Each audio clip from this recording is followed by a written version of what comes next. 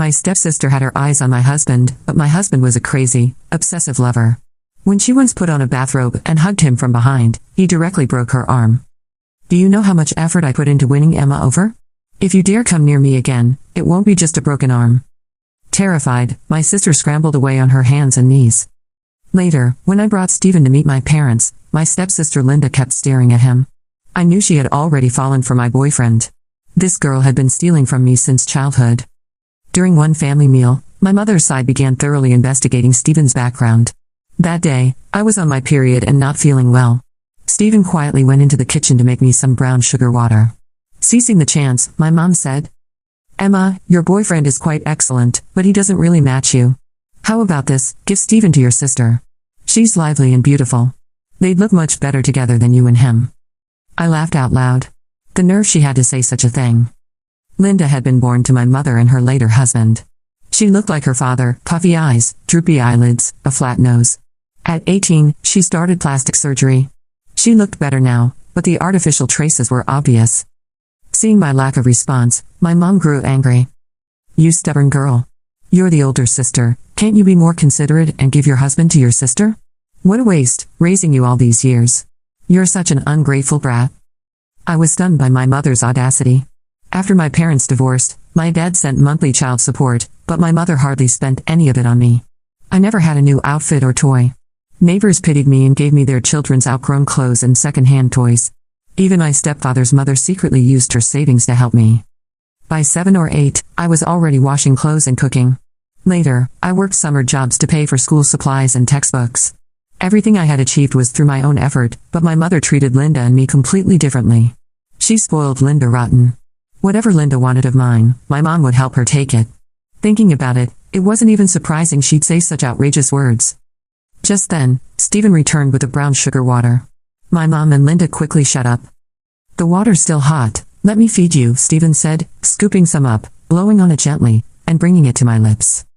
I felt embarrassed. There are people here. I can do it myself. But his eyes were bold. "I'm feeding my wife brown sugar water. Who dares have an opinion?" Linda forced a smile. "How could we? We're happy for sister, seeing how good you are to her. I really envy her. Just for a stomachache, her husband personally feeds her medicine. Outsiders might think her hands are broken." She was calling me dramatic. Unfortunately for her, Stephen wasn't someone who thought like normal people. He slammed the bowl onto the coffee table, his aura cold. "Are you cursing, Emma?" Linda froze as if a venomous snake had locked eyes on her. She burst into tears. "That's not what I meant. I was just complimenting you for being so good to her." Stephen snorted. "You'd better not be." Shaken, she stayed silent for a while. But watching his tender care for me, her envy only deepened. "Brother-in-law," she suddenly cooed, "I'm also on my period. Could you make me a cup of brown sugar water too?" I got goosebumps all over from her sickly sweet voice. Stephen laughed coldly. "Are your hands or feet broken? Can't you make it yourself?" Linda pouted. "But didn't you make it for my sister? Emma is my wife. What are you?" His voice was sharp. "Do you really think you're worthy?"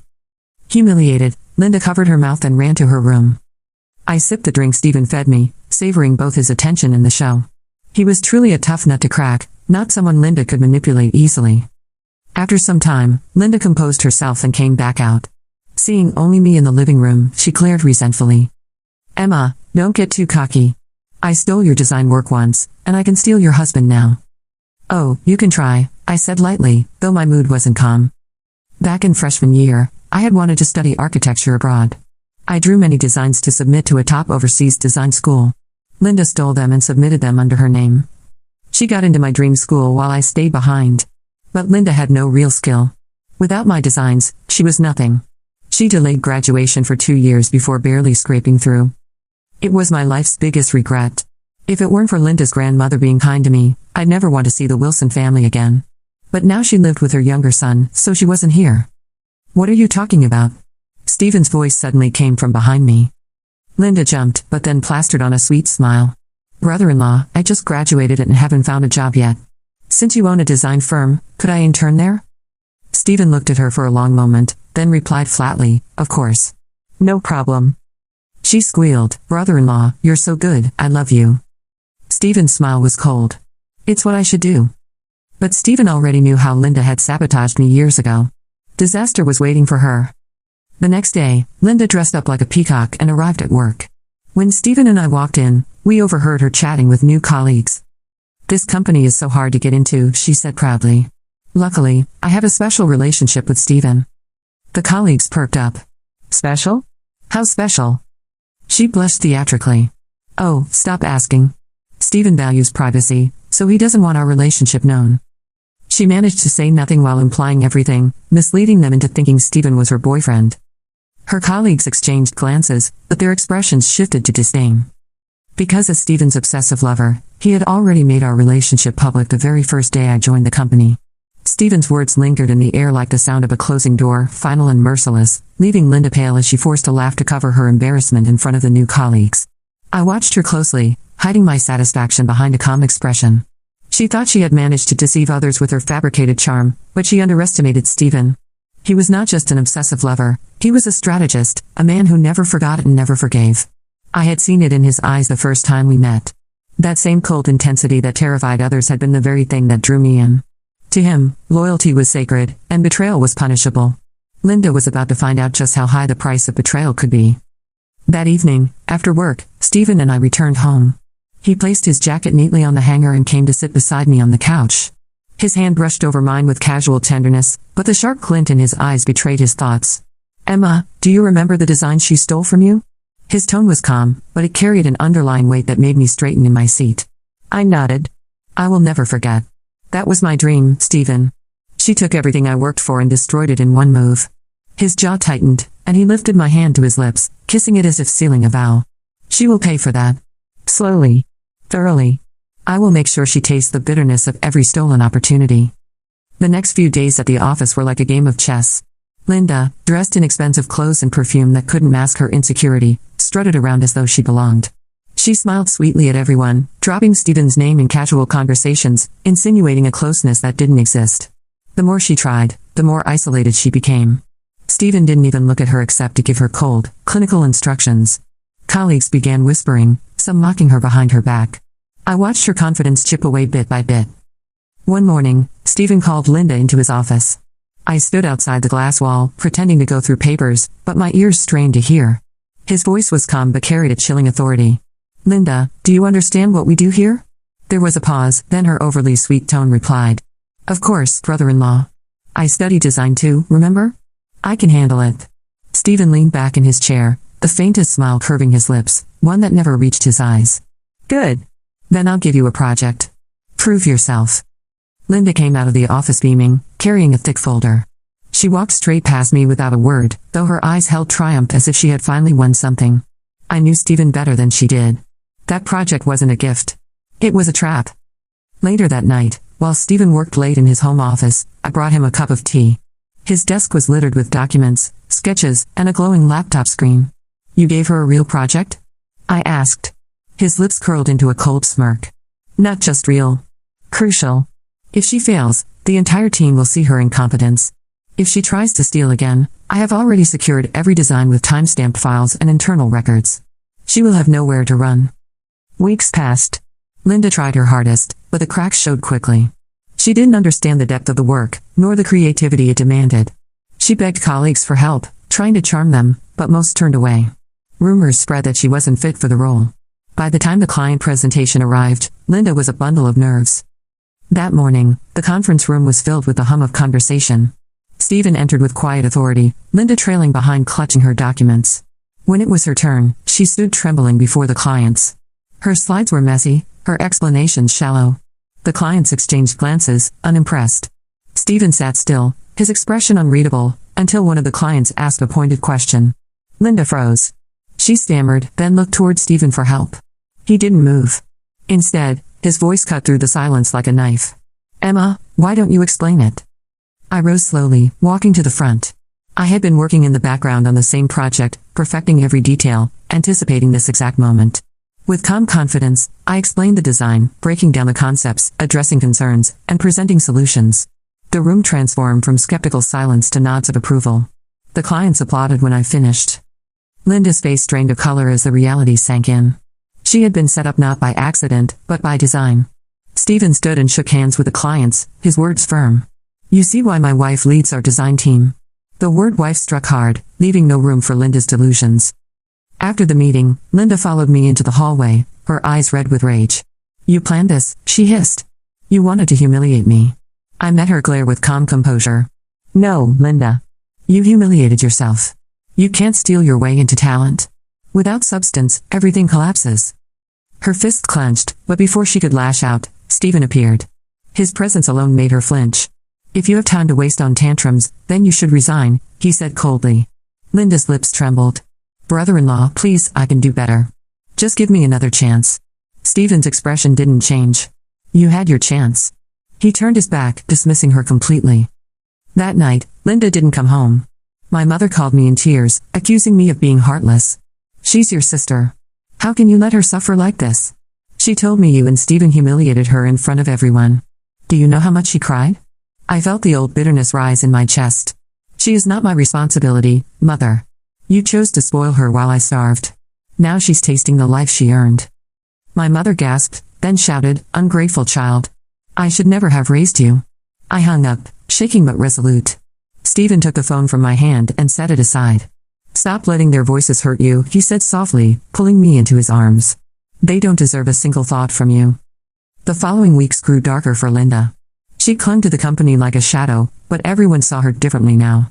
She was no longer the pretty girl with charm, she was the fraud who had tried to deceive them.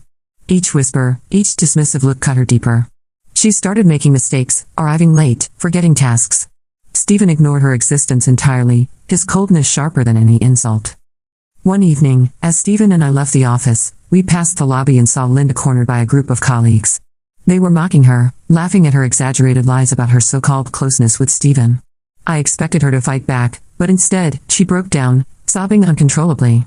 For a brief moment, guilt tugged at me, but then I remembered every stolen design, every cruel word, every time she had tried to take what was mine. My heart hardened. At home, Stephen poured himself a drink, his eyes thoughtful. "She won't last much longer," he said. "But before she leaves, I want her to face the truth. Not just about her incompetence, but about the past." I tilted my head, curiosity sparking. "What do you mean?" He leaned closer, his lips brushing my ear. "I have the evidence of her theft. The original designs, the timestamps, the school records. When the time comes, we'll expose her. Not just to the company, but to the world." His plan was ruthless, but a strange sense of justice stirred within me.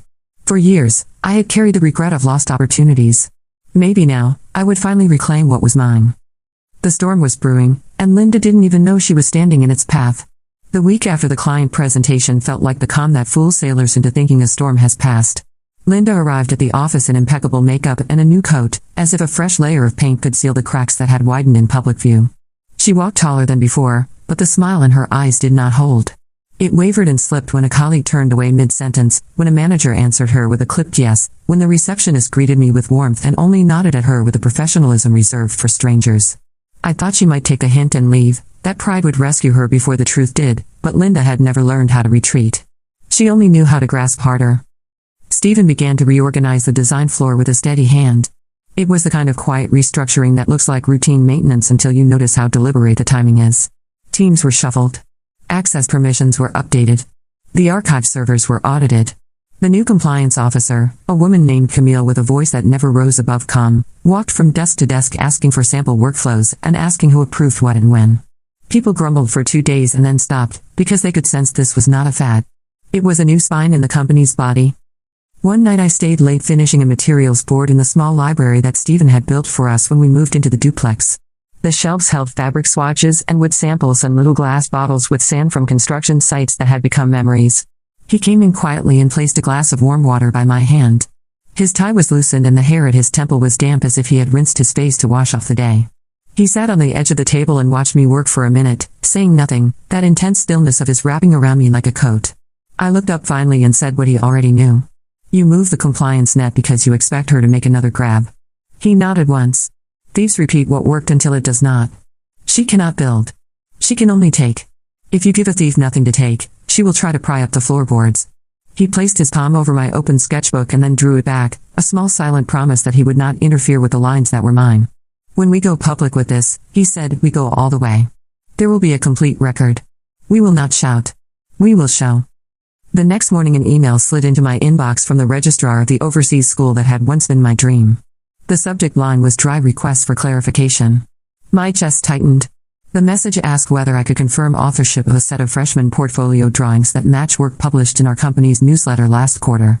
Attached were low-resolution scans bearing my old signature, the one I had practiced as a teenager when I still curled the tail of the A.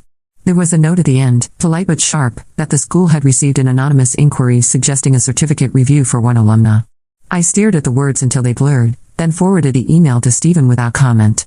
He answered in less than a minute "Bring everything to my office." On the way there my phone buzzed. It was my mother. Before I could speak, her voice hit me like wind through a cracked window. "Emma, your sister is sick with shame. Why are you doing this to her? She is young. One mistake, is that worth destroying her future?" My throat burned. One mistake, repeated for years, threaded through my life like wire, binding and cutting. Stephen stepped into the hallway at that exact moment and took the phone from me, pressed the speaker button, and spoke in a voice that could have frozen water. "Mom, this is Stephen. Your daughter will not call here again unless she is prepared to speak respectfully. There will be a formal review of academic records and professional conduct. Interference will not change that."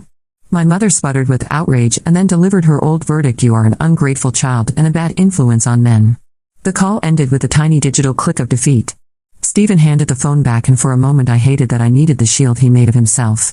Then I remembered how it felt to sew my own school skirt by hand at 13 because there was no money left after plastic surgery consultations, and the shame cleared like smoke from my lungs. That afternoon Camille asked me to walk her through the original architecture portfolio that had been stolen. I went to our storage room and opened a battered cardboard box that had not been opened in years. Inside were notebooks with bent spines, pastel dust still clinging to corners, tracing paper curled at the edges, a small envelope with international postage that I had never mailed because by the time I found the courage, the chance had already been taken from me. Camille set everything out on a long table under white light and photographed each page with a dated camera that printed a tiny timestamp on the side. Stephen came in midway through and stood across from me, reading my notes like they were poetry he had been waiting to hear. For the first time, the pain of those drawings was matched by something else, a steadiness that felt almost like pride. The lines were not perfect. The vision was young. But the hand was mine. The first real sign that Linda felt the trap closing came 3 days later. I returned from a site visit to find my monitor on, my chair a few inches off from where I always left it. Nothing was missing. Nothing obvious at least. But in the version control logs there were 2 attempts to download a full project folder at 2 in the morning from a temporary badge. Camille pulled the building access records. A maintenance door had been opened without a registered maintenance event. She printed the footage from the security camera at the freight elevator. The woman was covered in a hoodie, head down, but when she fumbled her phone, the light from the screen flashed across her face. It was Linda. Stephen watched the footage without blinking. "Do not confront her yet," he said. "She is not done. We need intent and pattern, not a single night of stupidity." Camille nodded. She had the calm of someone who had seen 100 versions of the same mistake and none of them surprised her. She drafted a quiet memo to the legal team and began a paper trail that did not accuse, only recorded. I slept badly that night. In my dream I was standing in the old kitchen and my mother was taking the last egg from the carton to fry for Linda while I tried to whisk water with air and pretend it could turn into breakfast. Stephen woke when I did and pulled me close. "Tell me," he said, and I did, all of it, the light in the window at dawn when I went to my first job before school, the sound of their laughter behind a closed door, the way the mailman looked at me with pity when he handed over envelopes with my father's support payments. He said nothing but his arms tightened, and I felt that fierce possessiveness of his, the one people call control, turn into a shelter around me. The city announced a design showcase for a new civic arts center in the old warehouse district, a project that would attract press and donors and the kind of eyes that could change the trajectory of a firm. Stephen decided we would present a concept not as bidders but as leaders, as a model of what public space could be if it were built for ordinary people who never feel invited. He put me in charge of the vision deck. When I suggested bringing 2 junior designers to shadow me, he agreed at once and then added Linda to the distribution list with the pleasant neutrality of a boss who sees all his employees as resources. I knew what it meant. Give a desperate thief something bright and she will reach for it even if it burns. We worked late the night before the showcase. The office hummed with a low energy of concentration. At 11 I told the team to go home. Camille stayed, pretending to review a procurement log, but I could tell she was waiting. Near midnight, I slipped into Stephen's office to rest my eyes for a few minutes on the small sofa. I woke to the soft creak of a door. Through the glass wall I saw a figure move between cubicles, slow and careful. Linda paused at my desk, glanced over her shoulder, then slid a flash drive into the port. She copied the presentation folder, then replaced the final render files with earlier drafts that had known issues. When she moved to leave, Camille stepped from the shadows with another security officer at her side. The camera in the corner blinked its little red light like a heartbeat. Linda froze. For a moment she looked almost relieved, as if being caught was easier than holding her breath for one more minute. Then she saw me standing behind Camille and panic returned like heat. It was not a loud confrontation. Camille simply asked her to hand over the drive and her temporary badge. Linda tried to smile. I was just backing up for safety. Camille nodded. Of course. She took the drive, placed it in a clear bag, wrote a time and date on a form, and asked Linda to sign a receipt. Linda hesitated, then scrawled her name. Stephen emerged from his office at the end as if he had been asleep in a chair, which he had not been. He looked at Linda with a neutrality I had never seen on his face. There was no anger. Only decision. Go home, he said. There will be a meeting in the morning. She opened her mouth as if to plead and then closed it. She left without looking back. At 8 the next day, she arrived with my mother. They sat in the glass conference room under the company's logo, my mother in a floral blouse that made her look softer than she was, Linda with her eyes swollen from a night of crying. Stephen entered with Camille and 2 board members. I joined them with a small folder. My mother began at once, voice quivering with practiced despair. My child made a mistake because she was desperate for recognition. She was jealous of her older sister who is everything. Please, as family, let this pass. You are a man, you should be generous. Stephen did not sit. The evidence will be reviewed, he said evenly. This is not a family matter. This is theft of company property and sabotage of a public presentation. There will be consequences. He nodded to Camille. She set a screen on the table and played the footage from the previous night. Then she brought up the access logs, the download records, the metadata on the file edits. The room was quiet except for the small sounds of paper sliding and keys tapping. When the last still image froze on the screen, my mother folded her arms as if cold and then went on the attack like she always did when pleading failed. Emma put you up to this, she said, pointing at me with hands that had never washed my uniforms. She hates her sister. She is jealous of her beauty. She wants to ruin her. I took a breath and slid my folder across the table to Linda.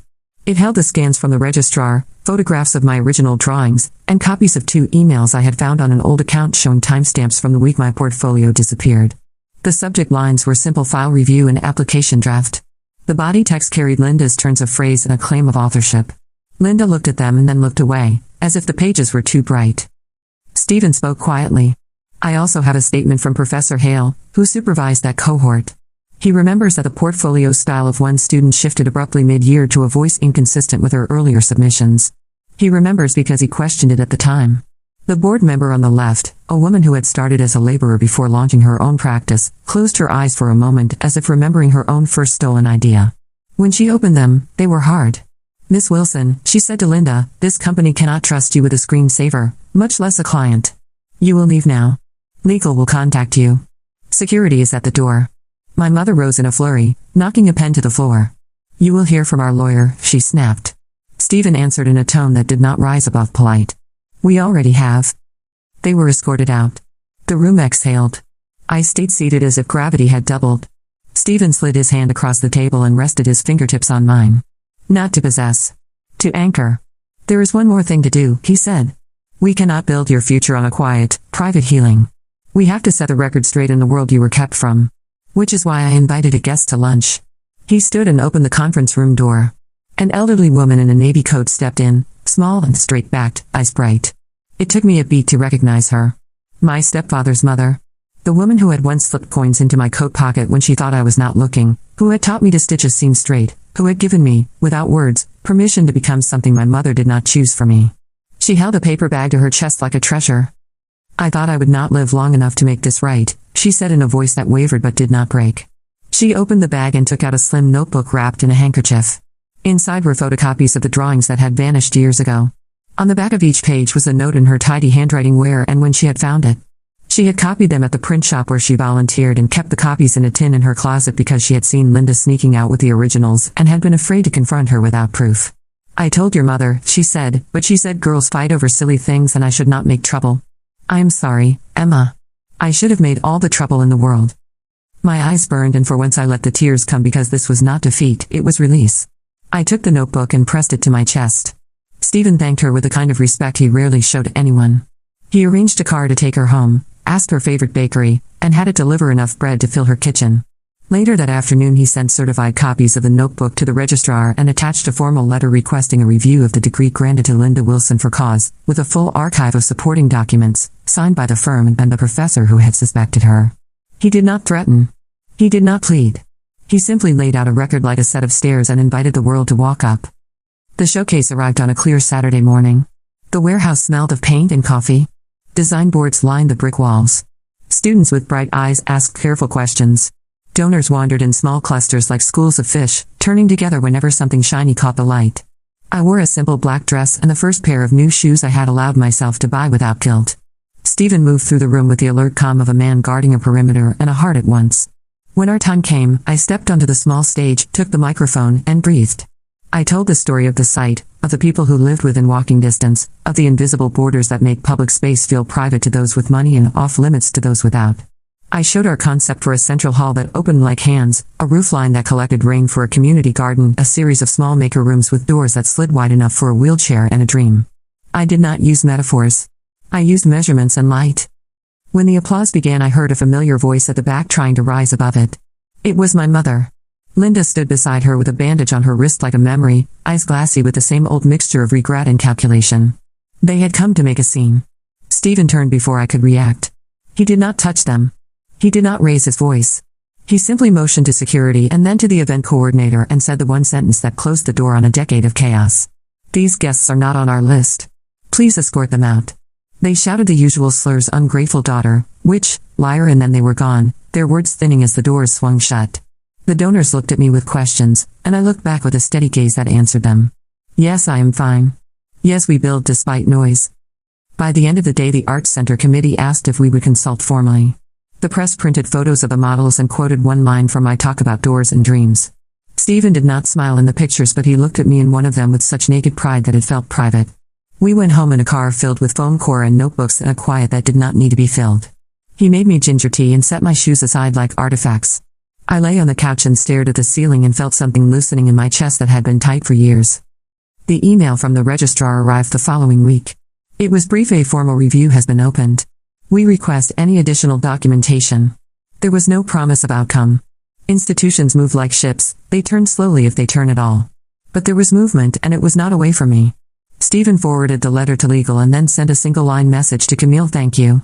She answered with the smallest smiley face she would ever risk sending from a work account and went back to building the quiet scaffolding that kept the company upright. Linda, meanwhile, changed tactics.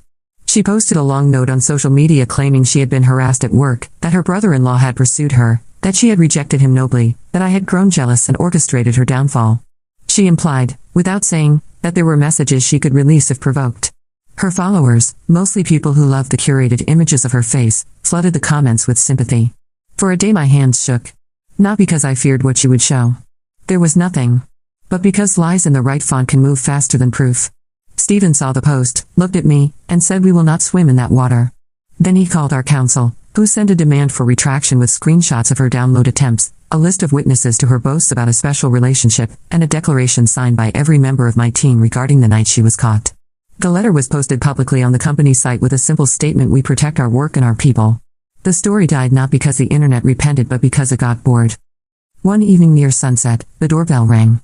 I opened it to find my father on the step, hair grayer, eyes softer than I remembered. He held a small box. I heard, he said simply. I am late, I know. I did not fight hard enough back then.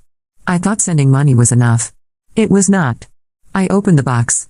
Inside was a mechanical pencil with a tiny engraved line along the clip, the kind architects buy when they feel they have earned it. He cleared his throat. I kept this for when you would need it. I waited a long time. Stephen stepped up beside me, not possessive, only present. I invited my father in and we sat at the table and talked like people trying to learn a language that should have been theirs from the beginning. It did not fix the past. But it sketched a bridge over it. The next morning a courier delivered a stiff envelope addressed to Stephen and to me. Inside was a notice of intent from a rival firm funded by a developer with a reputation for breaking neighborhoods into saleable pieces. They alleged that our Arts Center concept infringed on a draft they had submitted to a private competition 2 years earlier, a draft that looked like a skeleton version of what we had presented. It was nonsense, but it was aggressive, and it was timed. Someone had passed our deck along a chain of grudges until it reached a hand willing to throw it like a stone. Stephen read the letter and the muscle in his cheek jumped once. Then he set it on the table as if he were laying down a napkin before dinner. They want to bury your wind and noise while the school review is open, he said. They want you tired. I touched the sleeve of his shirt, felt the tension there, the protective fury of him settling in like armor. I'm not tired, I said. I am ready.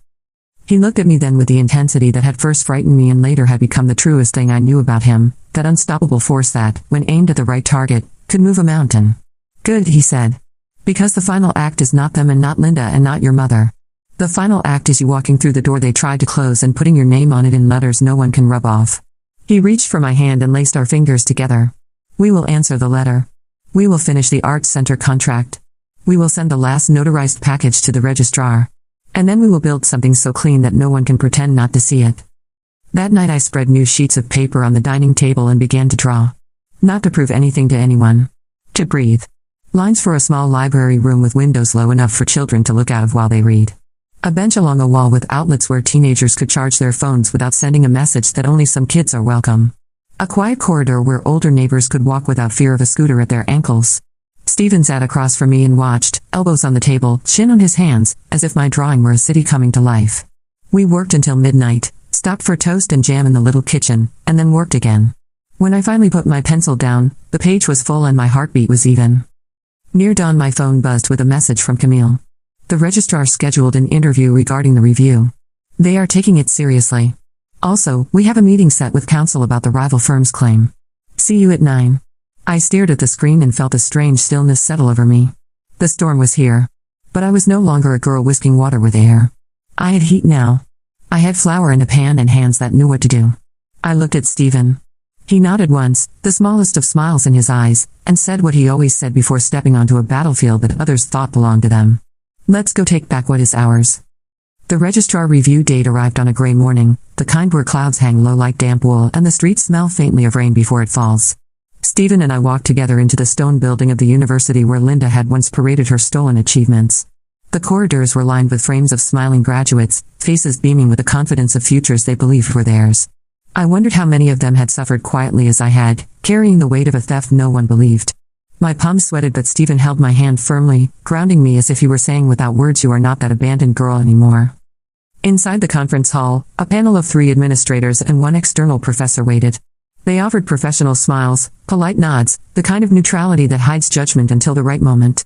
Linda sat at the far end with a lawyer at her side and my mother behind her, lips pressed thin, eyes darting at me with contempt and fear blended together.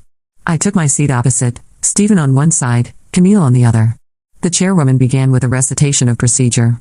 The purpose of this review is to determine the authenticity of academic submissions associated with the degree awarded to Linda Wilson, she said. Evidence has been submitted by both parties. We will hear statements and examine documents. Linda's lawyer stood first. He was smooth, practiced, and immediately began weaving a narrative of jealousy between sisters, of family conflict spilling into academic mudslinging. He argued that any similarities between my old sketches and Linda's portfolio were coincidence, that teenage students often imitate styles, that no theft had occurred. He ended with the assertion that dragging a family quarrel into the university decades later was unfair to a successful alumna. Linda tilted her chin up proudly at his words, as if she could still convince herself that confidence equaled truth. Then it was my turn. My voice trembled on the first word but steadied as I laid out the sequence of events. I explained how I had drafted the designs, how they vanished, how Linda had been accepted into the program I had dreamed of. I placed the photocopies from my stepfather's mother onto the table, each page stamped and dated from years before. I handed over the registrar's own scans with my early signature, the one that matched the notes in my original sketchbooks. Camille displayed the version control timestamps from our firm, proving my style and authorship over time. Finally, Stephen read aloud the letter from Professor Hale, affirming that he had suspected dishonesty years ago, but lacked evidence then. For a long moment the panel said nothing. Papers shuffled, pens tapped. Then one professor leaned forward and asked Linda directly why her early assignments bore one style and her later portfolio another. Linda hesitated, her tongue caught between answers. She muttered something about artistic growth, about practice and mentorship, but her voice faltered when the professor pressed her again, this time with the copies side by side. The room grew still, and for the first time in my life I watched Linda shrink instead of expand. The mask cracked. The decision was not given immediately.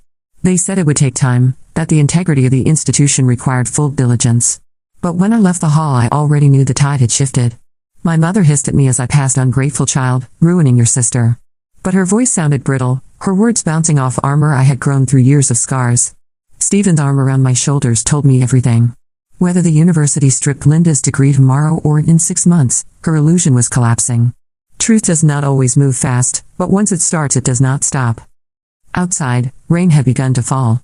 Drops clung to my hair and cheeks. For the first time the cold did not feel cruel. It felt like cleansing. Stephen tilted his face upward for a moment, then leaned close to whisper, "We are almost at the end." I nodded, my chest lighter than it had been in years. The rival firm's legal claim came next. They pushed aggressively, sending letters to clients, hinting to donors that our art center design was plagiarized. It was a tactic to stain our reputation. But Camille and Stephen dismantled their accusations piece by piece. Our files showed clear timestamps, process photos, internal approvals. More importantly, our design was rooted in a philosophy of community access, while theirs was a sterile corporate plan with no relation to our vision. At the hearing, Stephen stood calmly, presenting each fact like a stone laid on solid ground. The opposing counsel grew redder with each point, their arguments unraveling until even the board overseeing the dispute looked irritated. By the end, the claim was dismissed, and the rival firm's attempt at sabotage backfired, damaging their credibility instead of ours. When the news reached the press, journalists dug deeper. They discovered Linda's social media posts, her false claims, the inconsistencies in her career. Stories began to appear not about me but about her deception, her manufactured beauty, her fabricated talent. Sponsors quietly withdrew. Influencer partnerships dried up. She went from being praised to being whispered about as a fraud. My mother tried to defend her online, but the internet is ruthless. Their words turned back on them, mocking their desperation. For once I did not feel pity. I felt release. The Arts Center project blossomed. Our presentation was chosen as the official design model, and we were commissioned to lead development. Donors pledged funds. Local leaders expressed gratitude. The warehouse district that once smelled of rust and silence would become a hub of light and laughter. I walked through the site one evening as construction prepared to begin, and I ran my hand along the rough brick walls. I thought of the girl I once was, stitching her school skirt alone, and whispered to her, "You made it here. You are not invisible anymore." Stephen never softened in his vigilance, but he smiled more often now, small rare smiles that only I saw. He would watch me lead meetings, present to officials, sketch late into the night, and his eyes would hold a kind of reverence that even I found difficult to accept. Sometimes I would tease him, "You look at me as if I hung the stars." He would answer, "You are my stars." It was possessive, yes, but it was also true. He had chosen me not just as his wife but as his partner, and together we had built something no one could steal.